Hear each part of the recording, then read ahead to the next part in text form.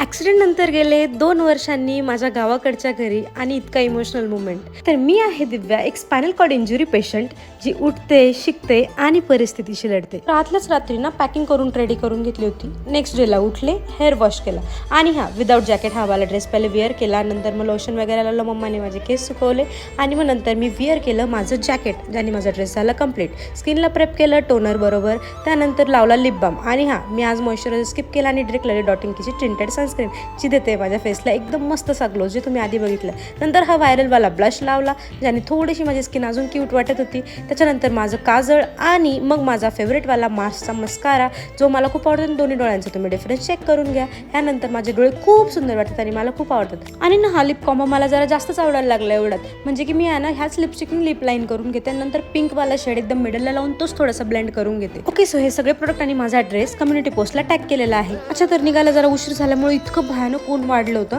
आणि त्यातल्या त्यात नाही इथे अटॅकमध्ये तुम्ही बघता की आम्ही खूप टाइमपास केलाय का, कारण की माझ्या बहिणी बोलल्या की अर्धा तास ना जरा लेट या, कारण की आमची थोडीशी तयारी बाकी आहे. मग केला थोडा टाइमपास फोटोशूट आणि जसंच गावामध्ये एंटर झाले इतका भयानक नॉस्टॅल्जिया हिट झाला आणि घरात आल्या आल्या सगळे इतके सुंदर रेडी होऊन बसले होते माझ्यासाठी आणि असं वाटत होतं जसं काही खूप मोठा प्रोग्राम आहे. त्यात लिहिलेलं होतं माझी आत्या आली, माझा पांडा आला, लाडक्या लेकीचं बहिणीचं आत्याचं खूप स्वागत.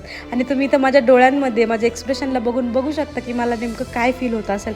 आणि खरोखर गाईज, ह्याच्यासाठीच तुम्हाला फॅमिली हवी असते हो. जगात जर तुम्हाला काही असेल ना तर ते फक्त आपली रक्ताची आपली स्वतःची नाते असतात.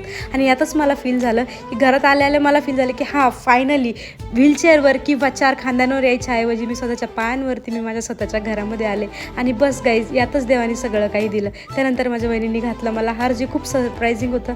मम्माला पण घातला, हो ती डिझर्वच करते. त्याच्यानंतर मिळाला हा क्राऊन आणि क्राऊन नंतर मम्माने पण तो दाढीला हार घालून टाकला आणि जे ते पण डिझर्व करतात इक्वली, आणि त्यांनी तो मलाच दिला. अच्छा, तर इकडे माझे ना फोटोज वगैरे लावले लहानपणचे सगळे, जी की माझी खूप स्वीट मेमरीज आहेत. आणि माझ्या बहिणीने माझ्यासाठी बनवलं इतकं सुंदर ग्रीटिंग. हे पॉज करून नक्की बघा आणि छोटा पार्ट ऐका. ज्या दिवशी तुमचा अपघात झाला होता त्यावेळेस आमचं काळीजच बंद पडलं होतं. सर्व काही क्षणात विखुरल्यासारखं झालं.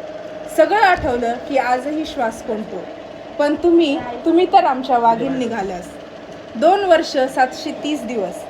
प्रत्येक दिवस तुम्ही लढल्या, कधी वेदनेने, कधी एकटेपणाने, कधी मी परत चालू शकेल का या प्रश्नाने.